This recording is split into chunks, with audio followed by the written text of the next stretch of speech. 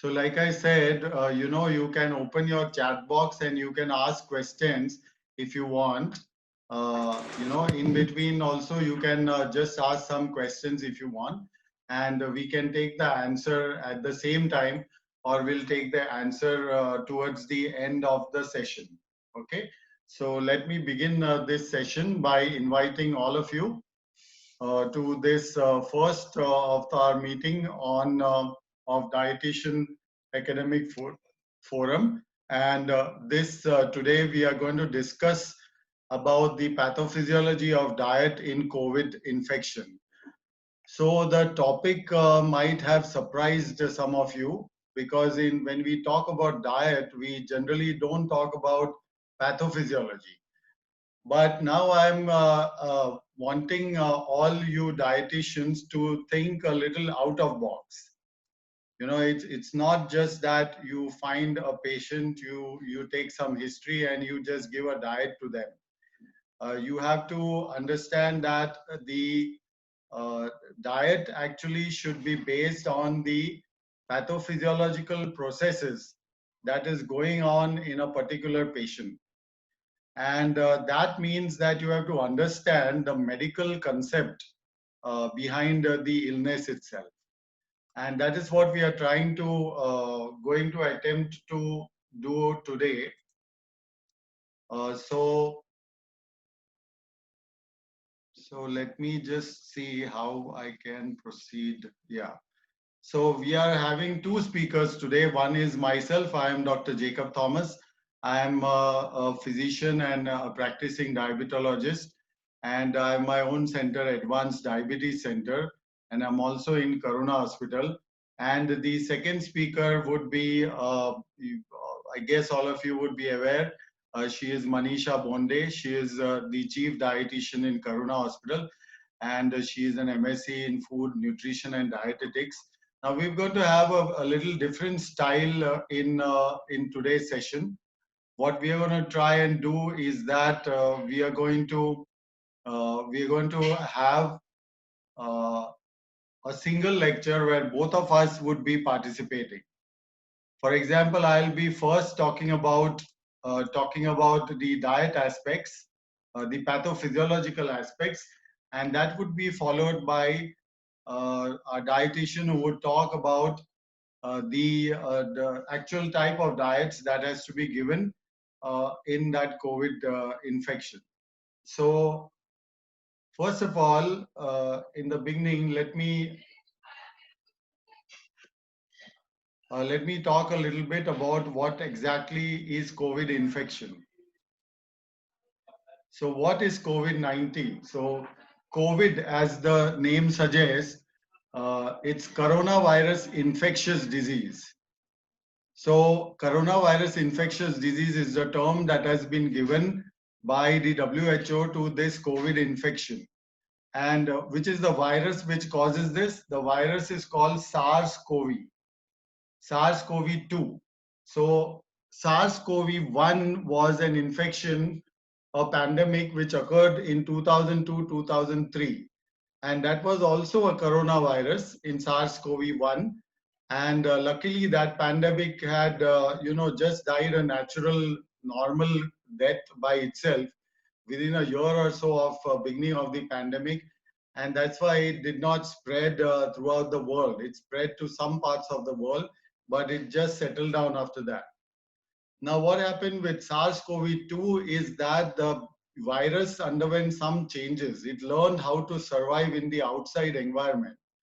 And therefore, as you all may be aware, SARS-CoV-2 can survive in the outside environment for about, a few hours to 1 to 2 days in different surfaces. And if you happen to touch those surfaces, and if the viral concentration on that surface is high, then you can get that infection in your hand. And if you touch your face or your nose or eyes with that hand, you might just get infected. Now this virus is a single stranded RNA virus. So you know there are two types of viruses, RNA and DNA. And SARS-CoV-2 is a single stranded RNA virus.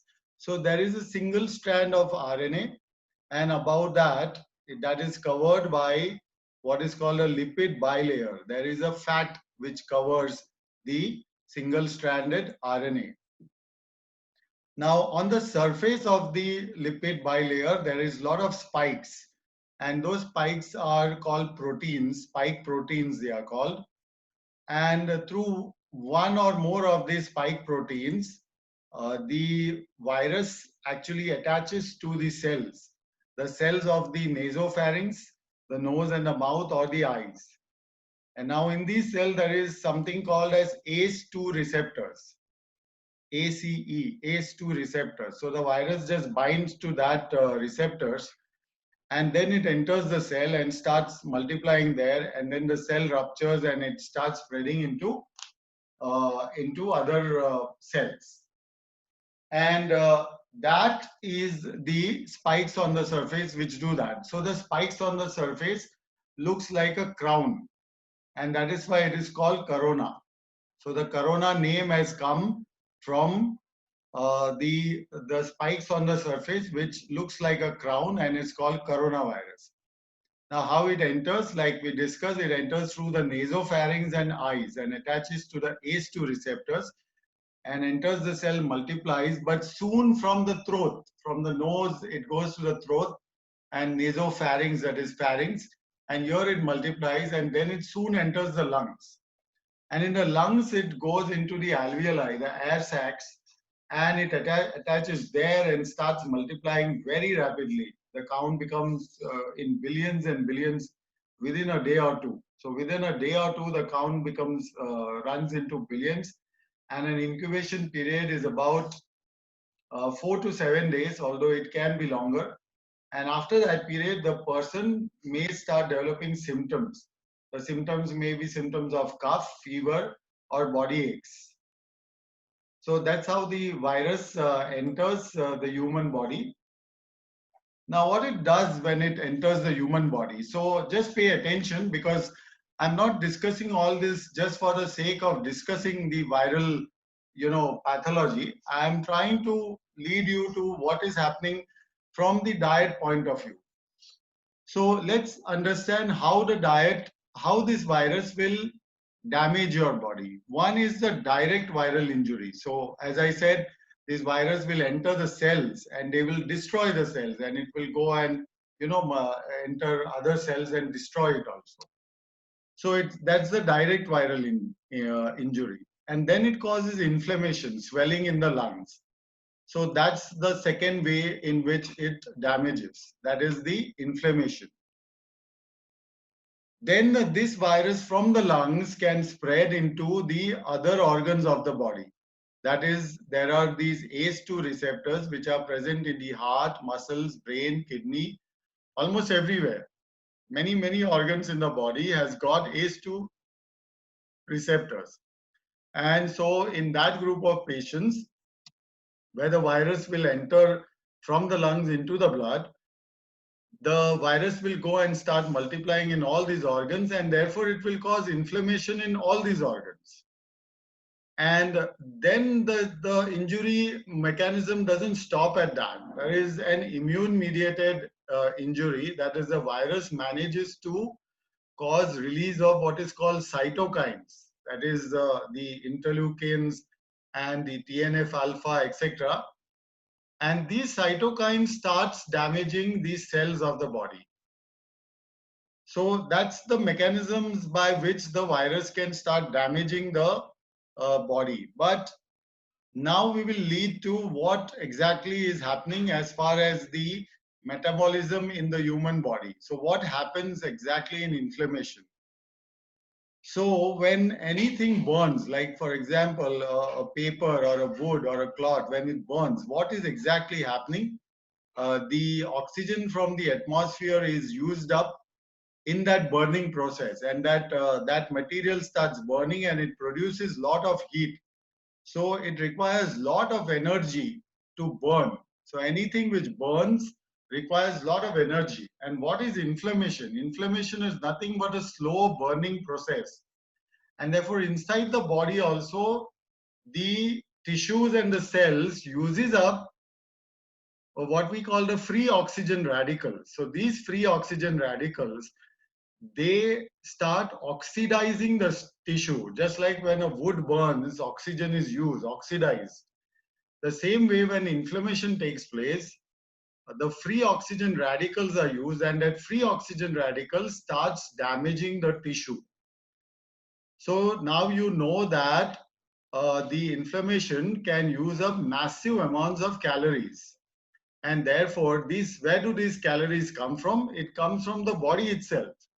So the body proteins, fats, and carbohydrates are used up in this inflammation.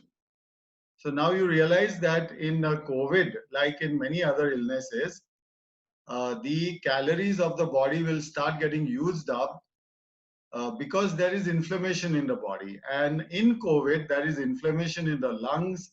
And if the virus spreads, then inflammation in the muscles, the heart, the kidney, the brain, etc. So you can imagine the amount of energy that is required to cause all this extra inflammation because of the direct viral injury and because of the immune mediated mechanism. And this immune mediated mechanism is what is something which will go on for 12 days, 15 days, 20 days, and sometimes even beyond that in COVID infection. So from nutrition point of view, what have we learned?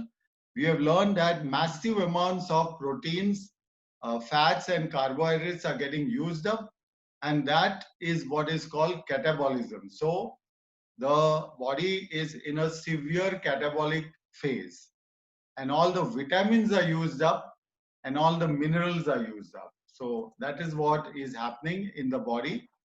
And so what is the implications of all these things that we discuss from the nutrition point of view? Like we said, there is a lot of catabolism in the body. There is burning of the body carbohydrates, fats, and proteins. So they are getting depleted, and therefore many of the symptomatic patients, they kind of lose a lot of weight. And what they lose, most of you dietitians has always been trying to make people lose weight. So a thought might just come into your mind, and what is wrong in losing weight? That's nice. They have always been trying to lose weight, and they are losing weight now. So I like to tell you the difference between a pathological weight loss and a weight loss that you try to achieve in your patients with a properly balanced low calorie diet. I repeat, a properly balanced low calorie diet along with a reasonable amount of exercise so that they do not lose muscle mass from the body and they lose predominantly fat mass from the body and they achieve the weight loss. And in doing so, the the nutritional status of the body actually improves. It doesn't deteriorate. Whereas in pathological weight loss, like we said, there is inflammation all over the body, and that inflammation is using up all the vital resources of the body, and the muscle mass will just shrink. And generally, it is easier for the body in pathological situation to burn the proteins, and therefore you lose much more of the protein mass and much less of the fat mass. And of course, there is depletion of whatever carbohydrate reserves in the body in the form of glycogen in the liver. And therefore, the pathological weight loss makes the body very weak. Whereas the weight loss that we achieve voluntarily with a proper diet schedule, along with a balanced diet and exercise, is somewhere where we actually improve our health. So that's pathological weight loss. That's not good. And that causes severe fatigue and weakness. Now imagine if all the calories are getting used up in inflammation and the patient tries to do something, there is no calories, no energy left for any other activity, and that causes severe fatigue. So these free oxygen radicals are what is causing the inflammation. That's the second implication that I'm talking about.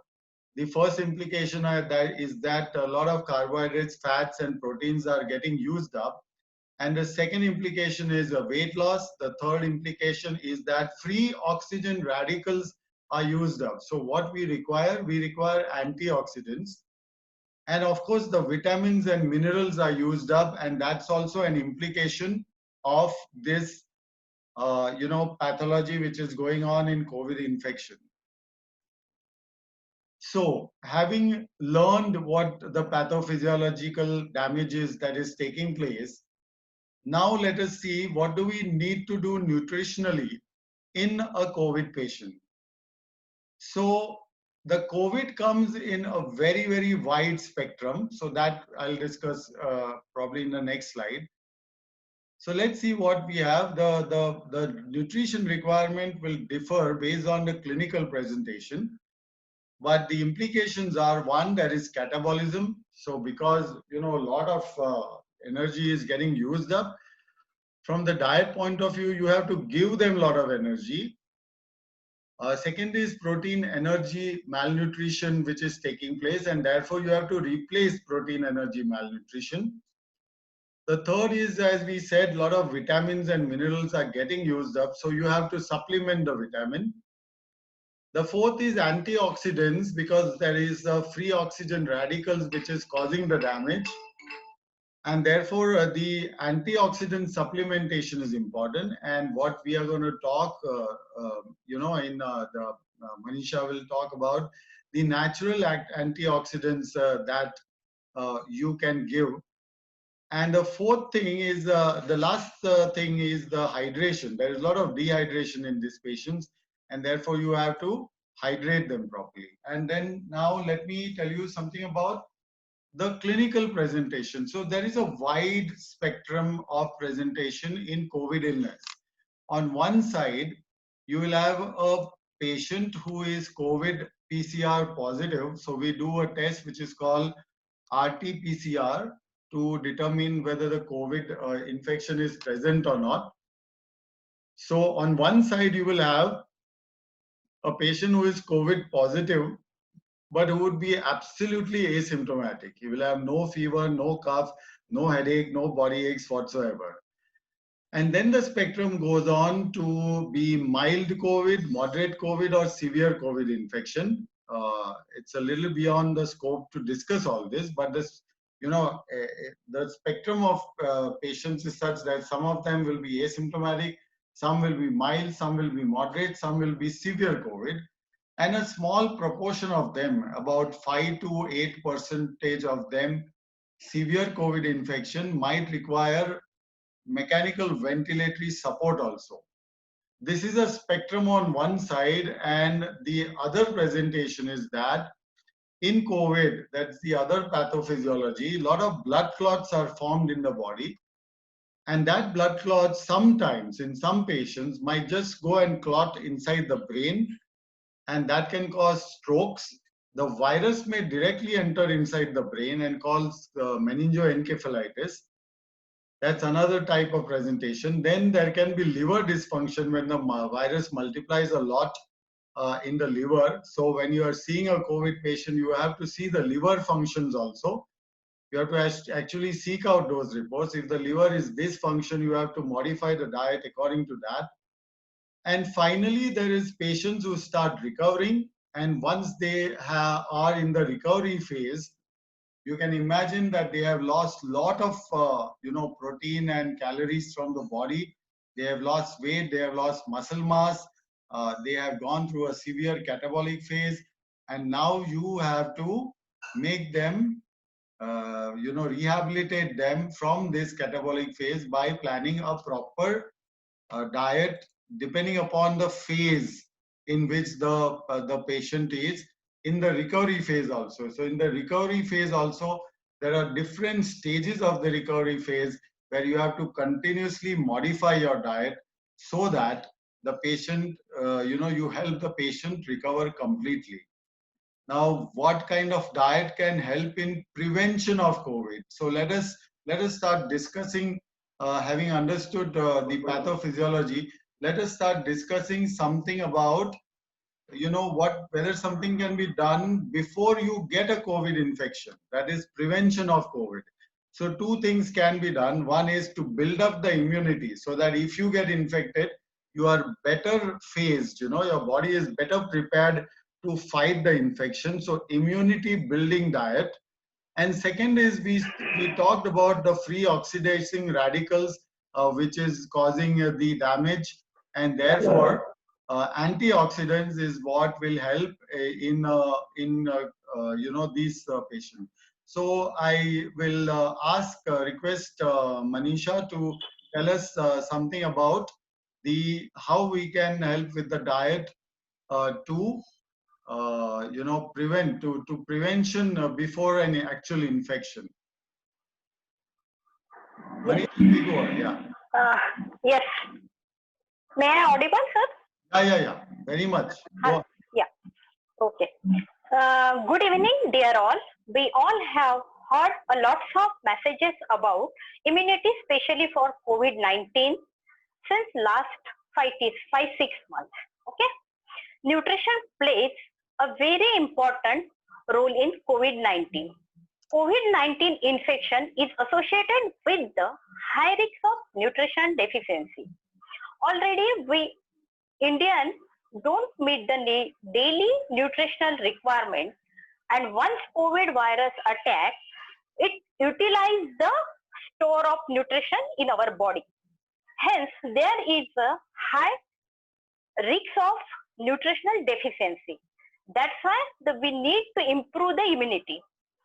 We all clinical dietitians should assess the patient nutritional status of the present. Okay, when the patient is admitted in COVID hospital, positive COVID, the way all clinical dietitians should assess the present nutritional status of patient. That is the very important thing, because patients already COVID positive with diabetic, patient COVID positive with CKD, patient COVID positive with hypertension, or sir already explained obesity and all that. So we need to improve the immunity.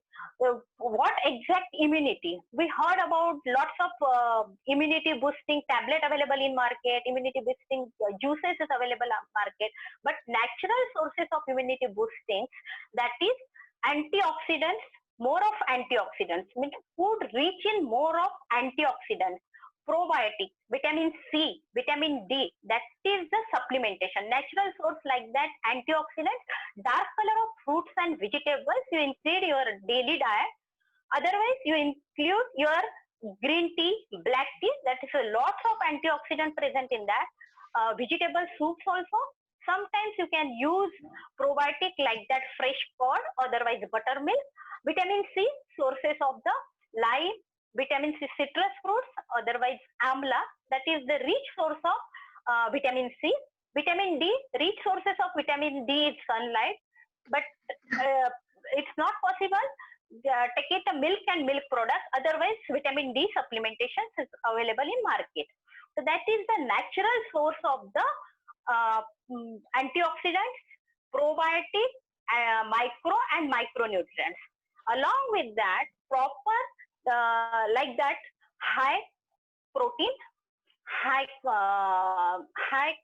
fiber, otherwise requirement of the fats also.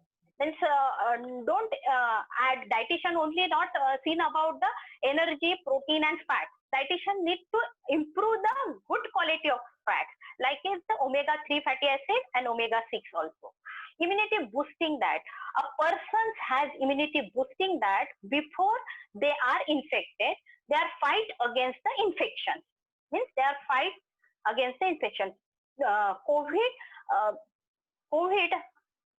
when patient is in COVID positive, the example for the immunity boosting, not only for the diet, it includes again proper nutrition, proper exercise, proper physical activity, hydration. Like that, hydration means your body is hydrated. Means take a plenty of liquids, hot liquids like that.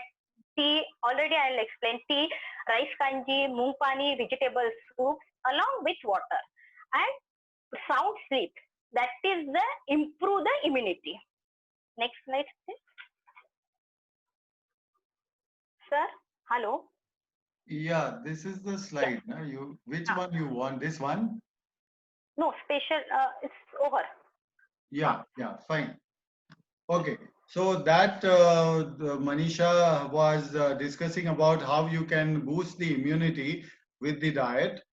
And now let us talk about the patient who has got infected. And there is a large proportion of case which will get infected, but it will have no symptoms at all. So day 4, day 5, day 10, they have no symptoms. After day 12 or 14, when there is no symptom, we declare the patient as cured. So this group of patient, that means the COVID PCR is positive, but the patient is absolutely asymptomatic. So what is happening in such patients? There is no catabolism taking place because the patient is asymptomatic, no fever, no body aches. There is no catabolism taking place and there is no free oxygen radical damage. So this COVID positive cases which have no symptoms, what kind of diet should we give? Manisha, can you please explain? Yes, that for a symptomatic patient, asymptomatic patients, okay, that can have a full normal diet. Asymptomatic patient can have a full normal diet of his own choice. Means dietitian not tell you have only vegetarian food, you have only non-vegetarian food. But patient is vegetarian, have a balanced vegetarian diet. Otherwise, patient as a non-vegetarian included more of the non-veg in that. Okay, dietitian's role is the important role of that time, because dietitian should not impose their own beliefs of patients. Okay, I'm explaining the example. When patient is in South Indian and patient is a COVID positive with diabetes, but dietitian should prescribe the diet for that South Indian patients, not make a diet restricted on rice. Okay, dietitian should not plan an unstable diet for the patient. She should mostly diet as per patient choice.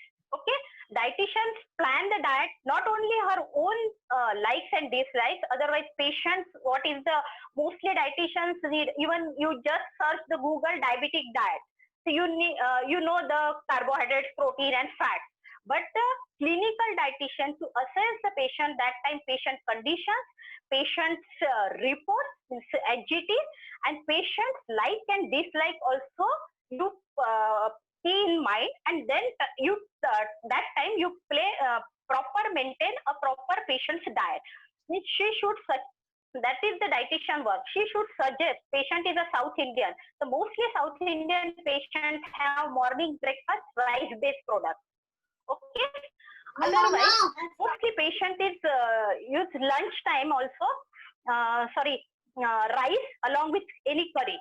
For that time, dietitian suggests the patient. Otherwise, dietitian advise the patient and relatives to improve the nutrition status of that food. Means when patient is eating idli, so don't have to rice idli. You fortified with nachni idli, multigrain atta idli. Otherwise, add idli with more of vegetables. Otherwise, add more of little bit dry fruits and little fruits. That is the improve the nutrition status of the improve the nutrition quality of the food. Means patient is using only for the rice, right? Don't have advise the patient relative and patients is good quantity of the carbohydrates, complex carbohydrates, more of fibers and more of proteins. Sometimes patient eats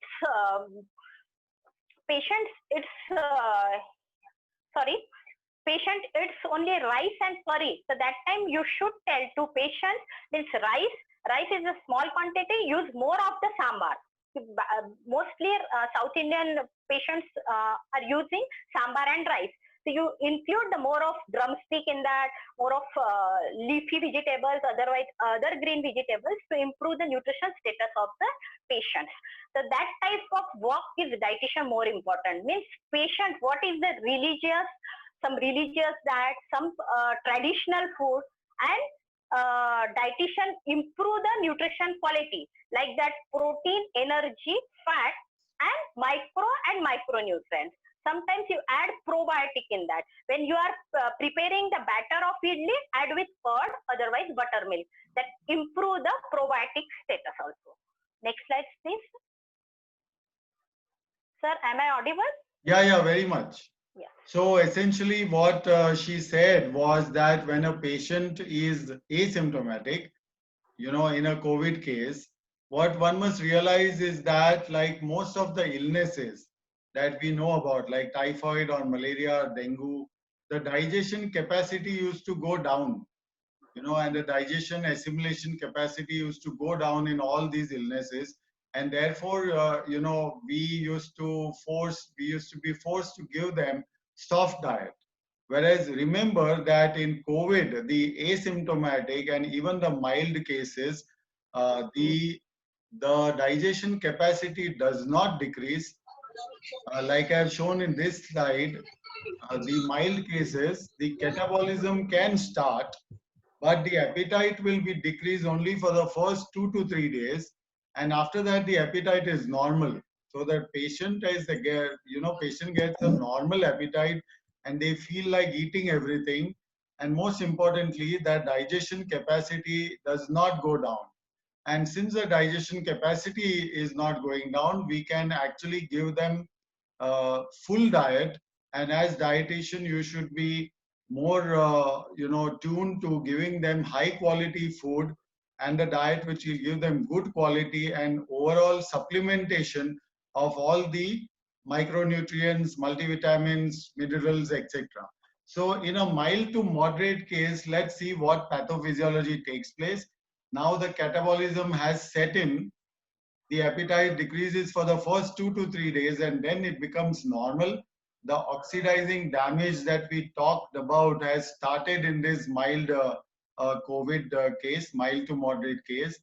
And many of these mild to moderate cases will develop weight loss to the tune of 2 to 3 to almost 10 to 12 kilos of weight loss in about 15 to 20 days.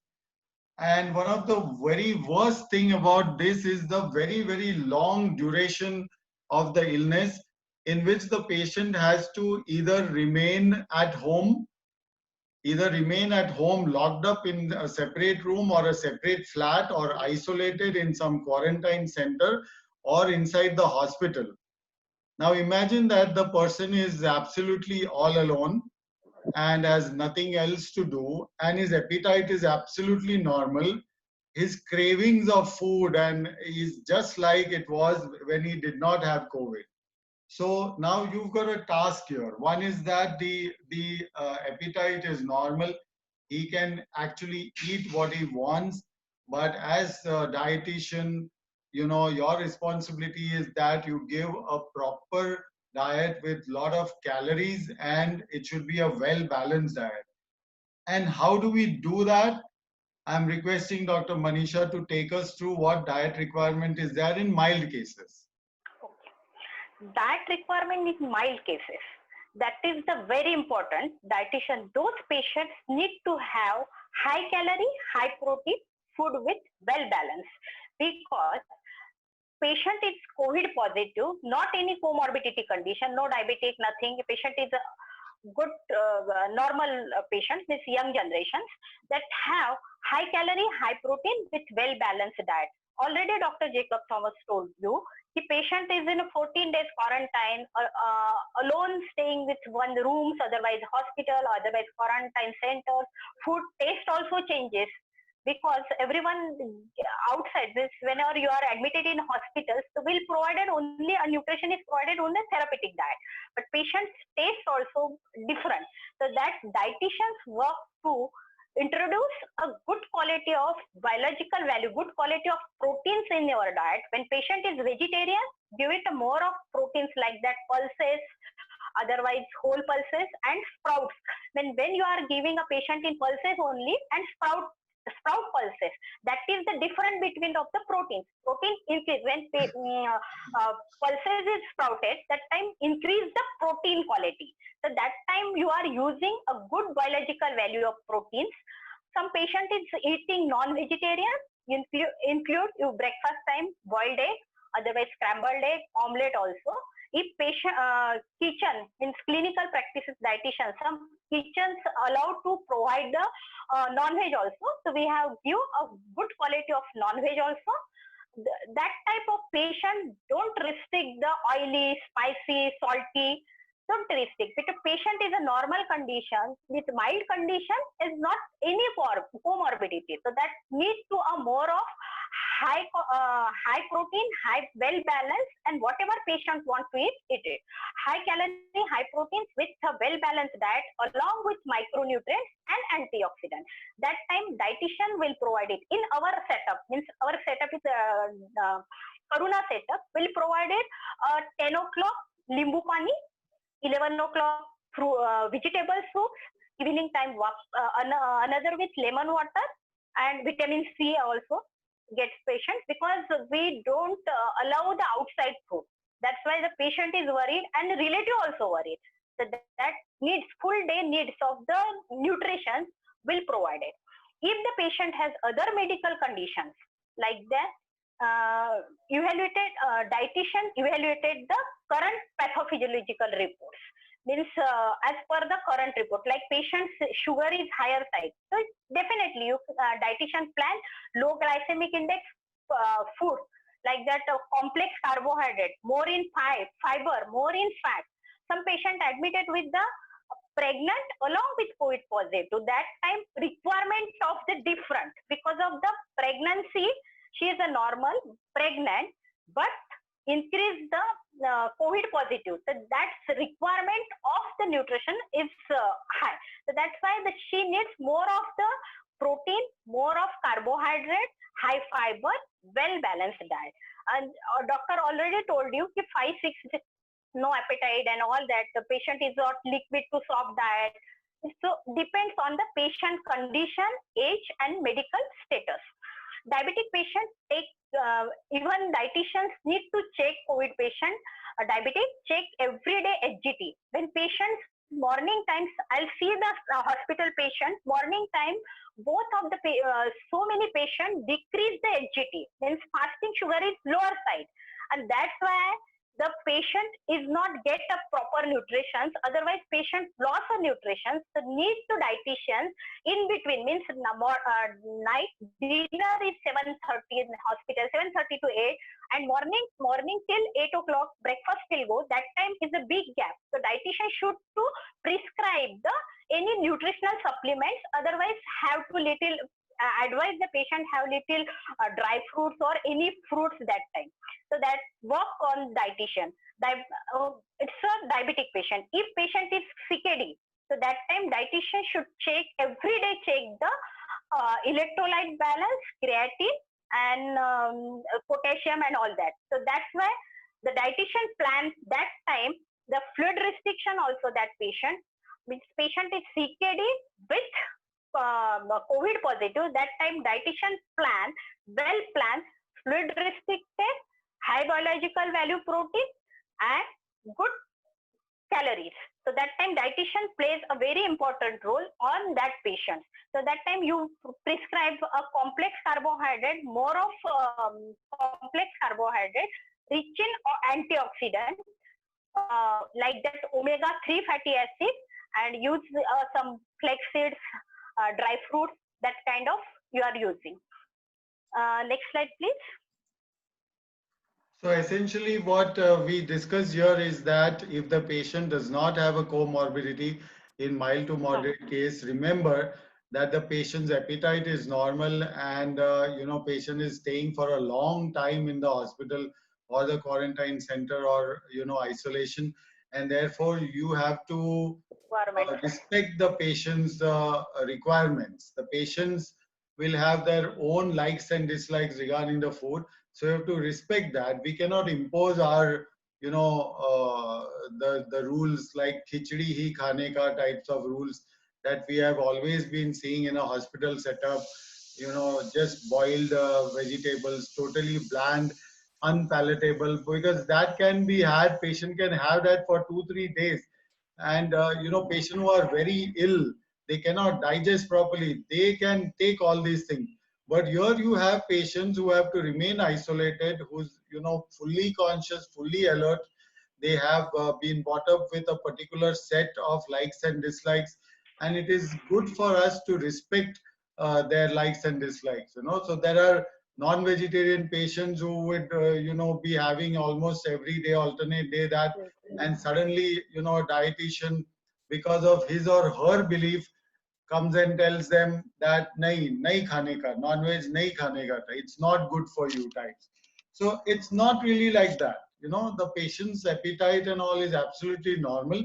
Many of the mild cases, the liver profile is normal. They are digesting pretty well. They are assimilating well. And they also need a very, very higher side caloric content because they are going to have a lot of, catabolism taking place.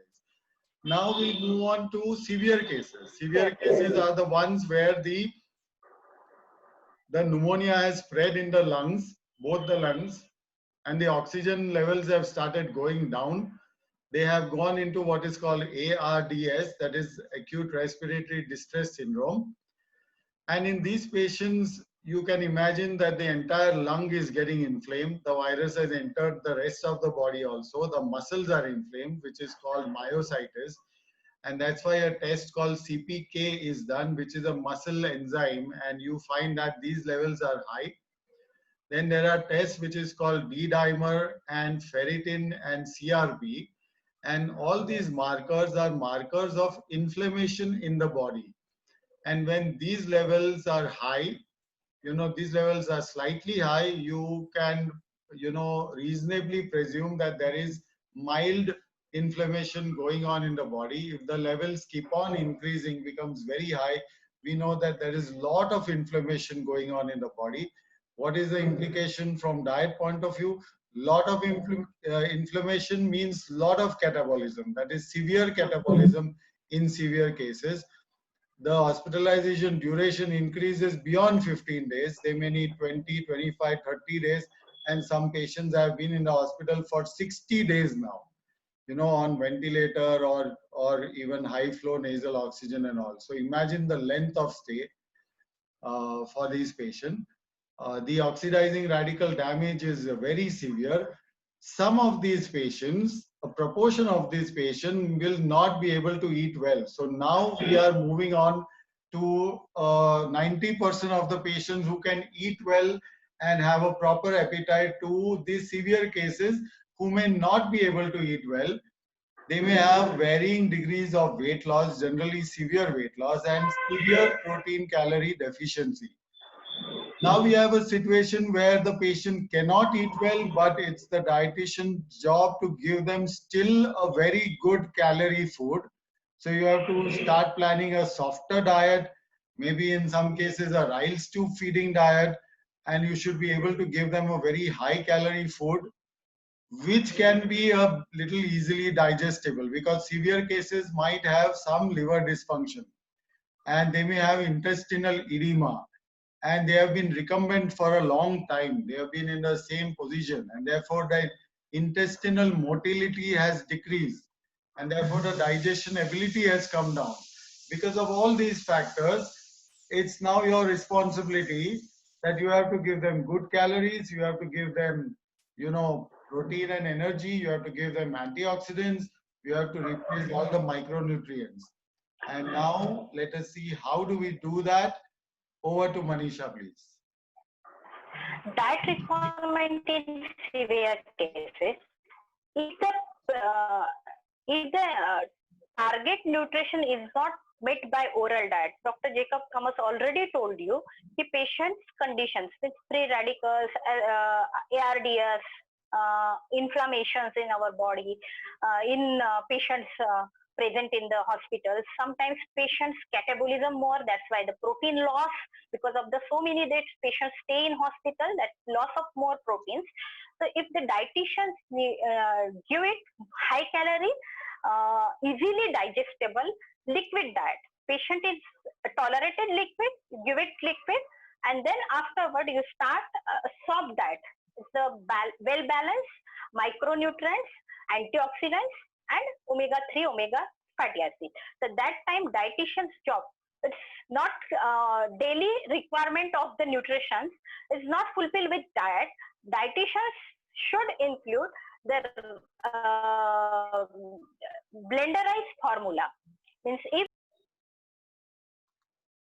there is the patient, if the patient is not tolerating that type of food, you are using more of the semi-solid to soft diet. So when patient is in oral feeding and patient not able to tolerate oral feeding, will start RT feed. And that RT feed, that time dietitian should give one kitchen blenderized formula. But personally, I'm saying that don't use the, right now in COVID condition, don't use the kitchen blenderized formula. Dietitian should give one commercial based formula. Preparation is available in market which are easily digestible to meet the nutritional goals in full day. So that formula is the dietitian need to assess that formula. Commercial formula should consist of calorie dense formula. It's calorie dense, easily digestible, because patient in on bed, patient gut function is not proper. Sometimes patient gut function is good, but patient is not tolerated. Sometimes dietitian started high protein, doctor write down dietitian for reference high protein, high calorie. But patient's physical condition or patient metabolism depends on the patient metabolism. We provided high protein diet, then dietitians write down the any patient cannot tolerate that time high protein diet. Sometimes patient will start high protein formula, lose motion also. So that time dietitian's role is the calorie dense formula. That calorie dense formula, semi-elementary diet, dietitians read to the omega-3. That is the very important for the ICU patients. Means mild condition, severe condition that needs to the omega-3 fatty acids, antioxidant. Zinc is very important role in the diet. That ICU patient, selenium is the very important role, but that zinc and selenium is the very small quantity present in diet. That's why dietitians give a supplementation. And patients, most important, some patients electrolyte imbalance. Sometimes old age patients electrolyte loss. Sodium is less, potassium is less. That time dietitians every day check the sodium, potassium and electrolyte value and give it the patient oral, otherwise enteral. Means like that the target of RT fit and improve the full day nutritional status. Next slide, please. Sir? So now Hello? we have gone, yeah, I'm taking over, yeah. No. So we planned it in this way because you have to understand the pathophysiology, and then you have to know exactly what kind of a diet has to be taken. So rather than two separate lectures, we try to combine it so that you understand the pathophysiology, and then Manisha will take you to exactly what is to be given and all that. So now we move on to another special category of COVID cases, and that is a severe case that is now requiring ventilator. So the ARDS has spread so much that the lungs are involved, the saturation has gone down, the patient has literally got fatigue. The patient cannot now breathe. The work of breathing is so much that the patient is intubated and put on a ventilator. So obviously the patient now cannot take orals. The Ryle's tube feeding has to be done. And so now the responsibility is you got to give some feeding through the oral cavity, enteral nutrition, and some of them may need parenteral nutrition support also. So this is also a special category where all the other things are constant, the catabolism and all that we talked about. But now you just cannot give them something like a soft diet, but your responsibility still remains the same. You still have to give them good calories and all the supplementation. So how exactly do we do that? Manisha, please explain. Yes. If the energy target is not reached with the oral diet, enteral therapy should be considered through RT feed. Dr. Jacob already told you the patient is comorbidity conditions, severe ventilation, means patient is a severe condition with ventilator. That time patient is not tolerated oral feed. That time will plan to proper good high calorie, high protein, well balanced, means antioxidant, probiotic and zinc and selenium. That is the immune boosting. We plan a good quality of proteins fats, and micronutrients may need to supplement with the parenteral nutrition. Okay. So sometimes patient on ventilation, that time you plan full RT feed with good quality of micronutrients, antioxidants. Some patients is on ventilator, that time sometimes need to the TPN also. We'll start TPN, but some rare cases, our setup, we don't use more of patient in TPN. We'll start only the good quality of RT feed. We'll plan the high calorie, high protein RT feed along with immunity. So that formula is mostly dietitian plays a very important role because we'll start. I already spoke to you the requirement of the severe cases without ventilation. That time will provided high protein, but some patients is on the long stay of the hospital, patients cannot absorb the good proteins and patients not tolerate the protein. That time gut function is not proper. That time patient is severe. Mostly patients started the loose motion. That time we'll use the peptide based formula in semi-elementary diet.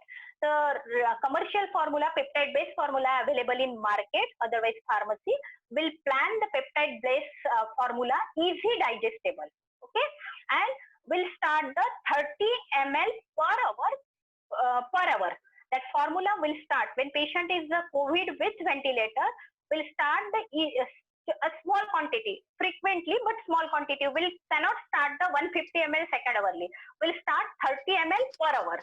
So that when patient is tolerated that formula, then will start increase the volume and increase the patient means absorptions of the good proteins.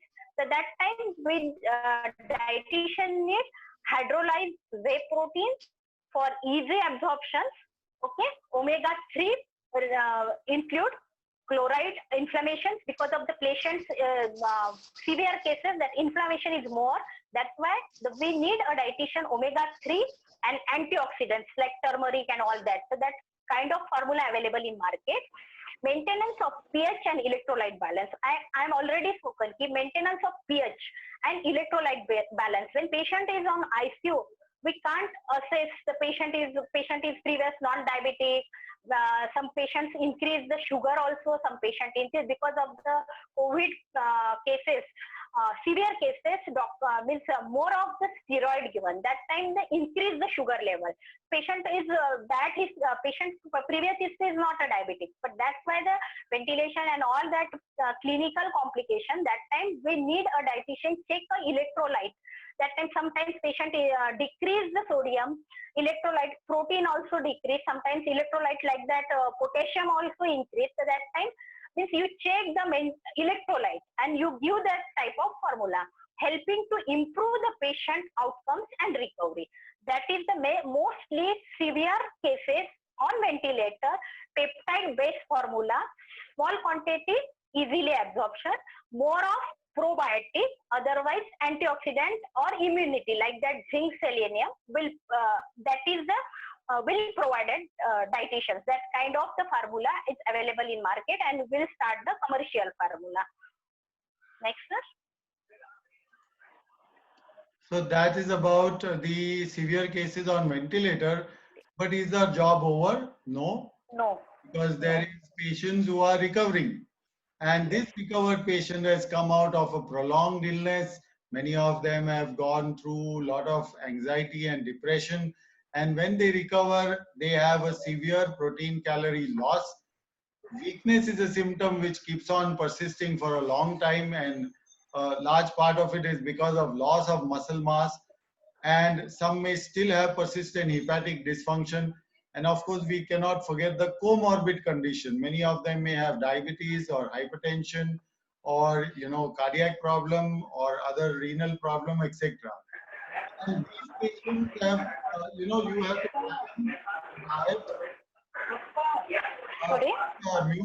to please mute your audio. I muted everybody. Yeah. So these are the patients who's going to have a recovery phase, which is going to go for 4 to 6 to 8 weeks. Now imagine you have 2 to 3 weeks of illness and another 4 to 8 weeks of recovery. and the patient is going through a very bad protein calorie loss in the initial 15-20 days, and now your job is to build all that up in the next 1 to 2 months. And therefore, what do we exactly do for these recovery cases? Manisha will guide us. Manisha, please. Yes, yes. Recovery, rehabilitation diet, okay, and recovery diet. This will again vary for every patient, and after evaluating of the clinical report, we should plan a discharge diet. Okay, that is the dietitian's work proper. Okay, dietitian check a patient when discharged the pathophysiological conditions. Okay, and high biological value proteins. Patient needs a high biological. Patient is recovering stage. Patient's demand is increases because of the last 14-15 days. Patient is catabolized, inflammation is more, less of appetite, taste is not proper. So that's why we guide a patient. When patient is discharged, the dietitian is the main role of that time. Patients and patient relative, you guide a proper, well balanced, high protein, high calorie, good antioxidant, and micronutrients like that probiotic and vitamin C, vitamin D. Already patient started vitamin supplementation, but we dietitian's role is introduce the our sources, natural sources of antioxidants, natural sources of proteins. So dietitians give to high biological value proteins like that pulses, sprout pulses. Otherwise, patient is non-vegetarian, give it eggs, mutton, chicken, whatever he wants to eat. High calorie, high fiber diet, because previous sir also told you more of catabolism. That's why the weight losses.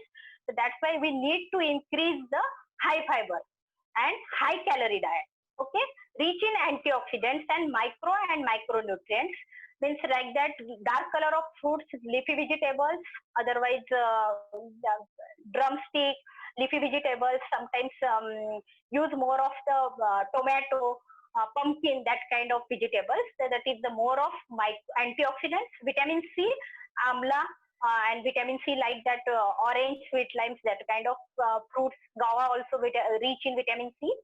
Vitamin D, natural source of sunlight. Otherwise, vitamin D supplementation is available. Otherwise, vegetarian patient use soya bean, tofu, paneer, that kind of milk and milk product.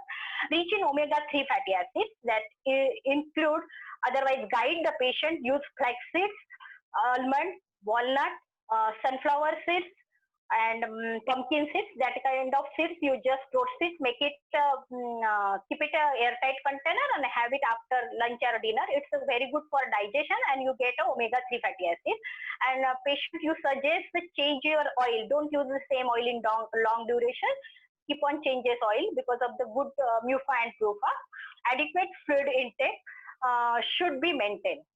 You guide the patient, adequate fluid intake should be maintained because of the you give a rice kanji, not for oral. Patient told me sometimes कि madam पानी नहीं पिया जाता है, 3 glass 4 glass बहुत हो जाता है. So don't have that too much of water. You include like that liquid limbu pani, salted limbu pani, rice kanji, vegetable soup, buttermilk, that kind of green tea. That is the most important. And next thing is our Indian food is well balanced and good of micronutrients. Our kitchen is the good of the antioxidants and micronutrients, and haldi, turmeric, cinnamon you can use in the enhance the taste, and otherwise you have add with food. That is the very good for the gut function. And dietitian not over the job. Dietitian should mention if you are using fresh, well cooked, and have a balanced diet. Don't mean patient's relative, otherwise patient cooked in one time and afterward microwave oven heating and then have. No, patients advise the dietitian well balanced, well cooked and fresh foods. That is the temperature also very important.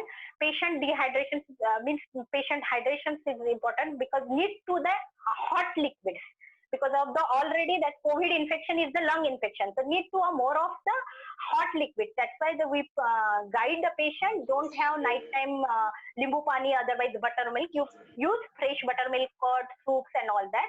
That is the very important. And dietitian's role not over. Use a kada. Like everyone needs to heard about the kada, Ayurvedic kada, even government also recommended. But that is the you are using, but that is the good quantity. Quantity is very important. Everyone heard about all that things, keep protein, fat, and vitamin C, vitamin D. But you don't know the what quantity of the micronutrients, nutrition you need. That's why you just meet the proper clinical dietitian, and dietitian will guide you proper how much gram of the protein you need, because that is the some guidelines available in Google and all that. That is not only for the each, because nutritional requirement is person to person. Not only for the diabetic patient, everyone have a same diet because of the metabolic condition, physical activity, patient stress, work, all that included. That's why you just meet the proper clinical dietitians, guide which she will guide properly and have your balanced, well-cooked diet. That is the COVID patient dietitian's role is, our food role is very important in recovery stage. Okay. That was a nice way in which Manisha explained everything about the recovery diet. So let me just summarize a bit about what we discussed. One, we discussed that prevention needs immune building and it needs antioxidant diet. Then in mild to moderate cases, we need some calorie replacement and supplementation. Severe cases also calorie replacement, supplementation, antioxidants. And on ventilator, you need RT feeding. And convalescence requires a gradual graded diet, which gradually we should keep on changing so that the diet can come to the full diet that the patient can take. So these are some of the things that we discussed. I think that was the last slide. So now let us take some questions. There are some questions here. Yes, sir. So this is a question from Avantika to everybody, to Manisha. This should be directed to Manisha. As per the current situation, 90% COVID patients are without symptoms. So how do we plan the diet in them? So I think we discussed this, but I think you can go through this once again. That is this section, asymptomatic COVID infection. So just a bit about this. Yes, asymptomatic, Avantika, asymptomatic diet because of the right of scenario, full normal diet, well balanced. Okay, right now the outside food not included in your diet, full normal diet. It's you are using more of the proteins. When you are a vegetarian, use more of the protein, pulses proteins, like that sprouted proteins, because when patient using sprouts, that time increasing the protein is double. When you are using plain pulses, that is not a, and when you are sprouting the pulses, that increase the more of proteins, that are you clearly that the protein is present in full day. It's a good quality of protein. When you are using milk proteins, when you are using pulses protein, when you are a non-vegetarian, use egg, chicken, mutton, whatever. Or patients can eat food, then own choice, means what is a traditional. I already told you, it's traditional and you are religious, what you are eating. That is the Muslim diet is different. When Maharashtrian diet is different. I already spoken to the South Indian diet is different. So that type of diet, you improve the quality of the food. Means when you are using the dal, roti, sabji, chawal, so you are using the protein-based diet. Basically, all scenario, you use more of proteins, micronutrients and antioxidants. You use dark color of fruits and vegetables, easily available, seasonable fruits you have. Guava is a good source of, lime is the easily cheaper source of the vitamin C. Tofu, then paneer and soybean is the good protein, pulses also good protein, maintain calorie, proteins and antioxidants. That is the improve the balance and improve your immunity. So Avantika, I hope that answers your question. Basically, those patients are asymptomatic, so you don't have to give them anything, Restriction. impose any special diet on them. You have to respect, their individual likes and dislikes and their cultural background. And your job is to give them immunity building diet, and you have to give them natural antioxidants in the diet, because antioxidants help in reducing the oxidizing damage caused by the free oxygen radicals in COVID infection. So that's your job, in asymptomatic patient. Now, Sweta is asking, I think I'll have to take this. It's not really related to diet, but have seen doctors getting infected despite taking precautions of wearing masks and face shield. Need clarity on this. How they get infected despite taking all precautions also. So this virus is very smart, and it seems to have learned the human fallacies. It knows that we pick up things without washing our hands, and we talk to each other in 3 feet distance, and we talk loudly and keep on throwing aerosols outside. And we have this tendency to keep on handling our face. So it is said in experiment that everybody handles at least 20 to 25 times their face. Their hand goes to the face in an hour. At least 20 to 25 times our hand will go to our face in an hour. So doctors are also, you know, like everybody else, their hands also go to their mouth. So they keep adjusting their face mask or face shield. That's one mistake that is commonly done. Second thing that happens is the doctors who has to go from to multiple hospitals. So when you go to multiple hospital, each hospital you have to remove, doff the PPE and then don it again, then doff again, then don again. And invariably, many times you carry some of that, like you will carry the mask because they are costly inside your car. So you will carry the mask, you will handle the mask, you will remove the mask, keep it aside, and the next hospital you will put the mask again, because it's very suffocating inside. So that's the second area of mistakes. And the third is that the doffing is a very, very tedious procedure, and many of us also take that a bit casually.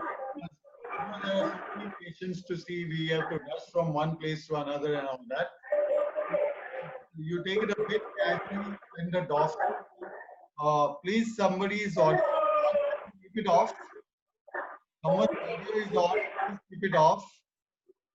Yeah. Yes. Hello. Hello. Someone's audio, please keep it off. Please keep your audios off. Okay. So, uh,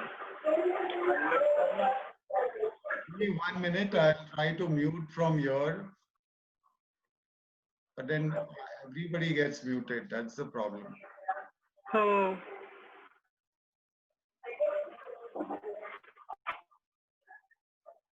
Yeah. Okay. Okay. So because of that, the doctors get infected, and some doctors are casual about it. They think कि कुछ नहीं होएगा.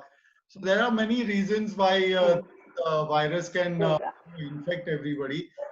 Why do we require such a heavy set of PPEs? Because this virus has. Can somebody please keep the audio off?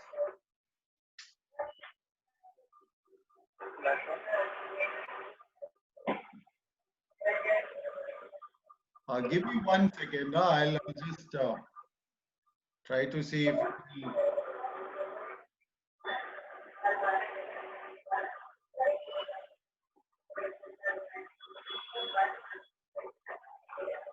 Okay, I'm not sure who's giving this background. Okay, so that's the reason why, Shweta, some doctors also get infected. Now, okay, you wanted to know something about the plasma therapy also. So the patients Hmm. who have recovered, they have good amount of antibodies in the body. And therefore, what can be done is that, if somebody's got a high level of antibody and they do not have any other comorbid conditions, So their, blood is taken, and then the plasma is separated. From one patient, if you take the plasma, you can give at least 3 patients the plasma, and that plasma will have a lot of antibodies, and that antibodies will directly attack the virus, and the viral load will come down. So that is the therapy that is being done in many severe cases. Patients who have recovered, they start donating their blood, and that plasma is separated, and that's called plasma therapy. Now, unfortunately, theoretically, it looks a wonderful therapy, but practically, we don't see a very great response. We see a decent response, but not a very great response. So that's something about plasma therapy. Now, I think there's some more questions. Natasha, this is also for me. Once antibodies are formed in a patient, are they immune to COVID, or there is a chance of relapse? So the thing is that the infections that we have, apart from COVID, we have been having that for the last 10,000 years or 1 million years, right? And so the human body has learned how to, respond to these other infections. And therefore, the antibodies which are developed, let's say, against the typhoid bacteria or against other viral infection, over a period of time, they've become very efficient. I'm not talking about COVID, I'm talking about other infection. And therefore, and we have seen them for generation on end. So for example, we know that measles, once you get it, you will not get it again. You will not get chickenpox again, because the body develops a very, very good antibodies against them. Now, the problem with COVID is that COVID is a new infection, just about 8 months old now in the world. And therefore, we do not know whether the antibodies will have immunity lifelong. So as of now, it is said that the immunity can last 3 to 4 months, but it may be that it might last for 1 year, 5 year, 10 year, or maybe lifelong also. We do not know the answer. Nobody knows this answer. So now that, I hope that satisfies you, Natasha. And Diana is asking whether there is safety concerns while using probiotics. So Manisha, you want to take this question? Yes, yes, sir. That you also take this. Yes. Safety precautions for probiotic, no? She says. Hello. Yeah. Hello. Am I audible? Yeah. Okay. Dinah, you asked about the probiotics, no? When as a natural source of probiotic is the curd and buttermilk. Okay. Some ready formula is available in market, but probiotic like that already that is the infection of the lungs because of the respiratory infection. Agar patient is not on any comorbidity condition or sinus or any problem of they can use already fresh curd and buttermilk, but don't use of the night time, because of the night time some patients having some persons having curd and buttermilk get cough and cold. So, and some ready formula is available in market like that probiotic, that Yakult and all that. That is the good probiotic, because probiotic increase the immunity. Okay, so we use probiotic like that Yakult. You use that is Yakult is available in market. 1 bottle morning, empty stomach, you drink it, and whole day you increase your good immunity. Otherwise, you are available in buttermilk, fresh buttermilk curd, you have it. That is the good safe for the probiotic like that curd and buttermilk. Okay. Okay, let me also take this answer. The probiotics in COVID is not bad at all. In fact, probiotics, as you can see, it multiplies and tries to limit the bad bacteria inside the body. And as per viral infection, it has no direct role, but like Manisha said, it helps in improving the gut immunity, and therefore, absolutely, there is no safety concerns for using probiotic, and you can use probiotic. In fact, we use it in many patients because it is supposed to improve the gut immunity, probably aids the digestion also. because you know that a good part of our food is digested by bacteria. And if you give good bacteria, you can aid that in digestion. And that's why, as she said, curd and all them can be very helpful. So I think, do we have, does well-balanced diet of breastfeeding mother will help the child to increase their immunity? So Manisha, Yes. Sakshi is asking this. Can you take this? Yes, that's well-balanced diet of breastfeeding mother will help, definite, because first 6 months, more than 9 months, at 1 year, at least 18 months, breastfeeding is important. But that breastfeeding means when mother is eating balanced diet to increase the immunity fight against infection. When patients in means mother is giving breastfeeding only for breastfeeding, not I'm telling about the oral formula, otherwise any milk or any basic food is available in market. uh, that is not include only for the breastfeeding. Breastfeeding mother have well balanced, same other, more of fibers, more of proteins, rich in carbohydrates, rich in antioxidants, micronutrients and macronutrients. Because of the pregnant lady, when breastfeeding needs some more calorie, requirement of normal calories. Since when person is a sedentary work, need to more than 2000 calorie per day. Protein is very important role because of the yeah, protein increase the immunity, otherwise protein increase the IQ also. So when baby is on only for the breastfeeding, the mother should have well balanced, high protein, high micronutrients, antioxidants present in whole day. Because of the lactating mother needs a lactogenous foods like at garden cress seeds, some calcium rich seeds like that, the khaskhas, poppy seeds like that. Sometimes you can use rajgira chikki also, rajgira atta also. Sometimes you can use papaya, that is the very good antioxidant and increase the milk secretions also. We need increase the dry fruits also.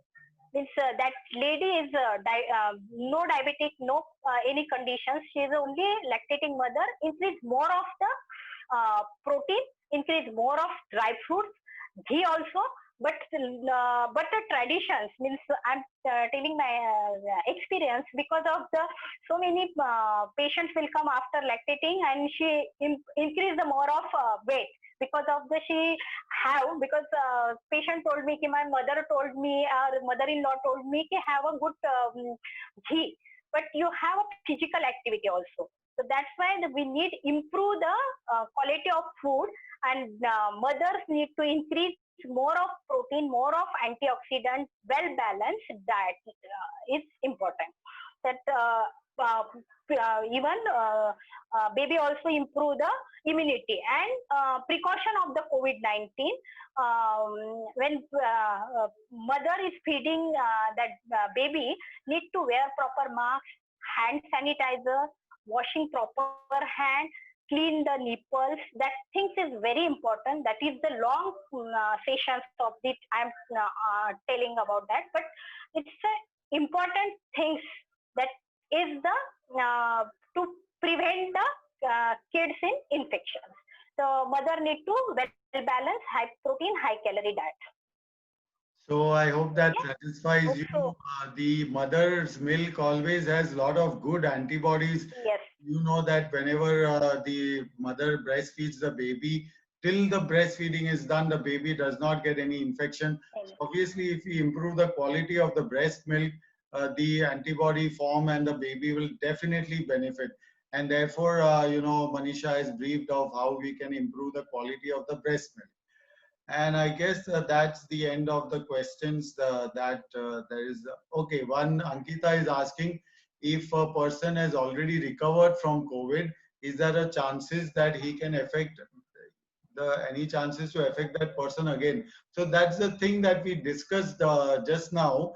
That is whether how long the immunity lasts, and it can be 3 months long. We are not sure because it's a new illness. The illness itself is only 8 months old. As of today, there is not much reports which says that the person has got COVID and is getting a COVID again, although 1 or 2 incidences have been reported, but there is no clarity on this issue whether it can be infected again and how long the immunity will last. So I guess I hope that this session was good and everybody benefited.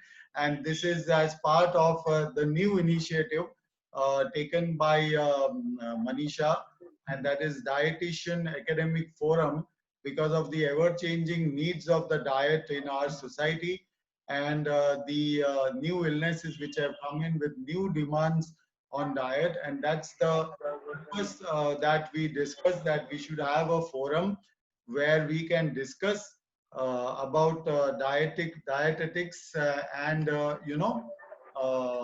try to come to a common ground where that can be helpful for our population and our patients.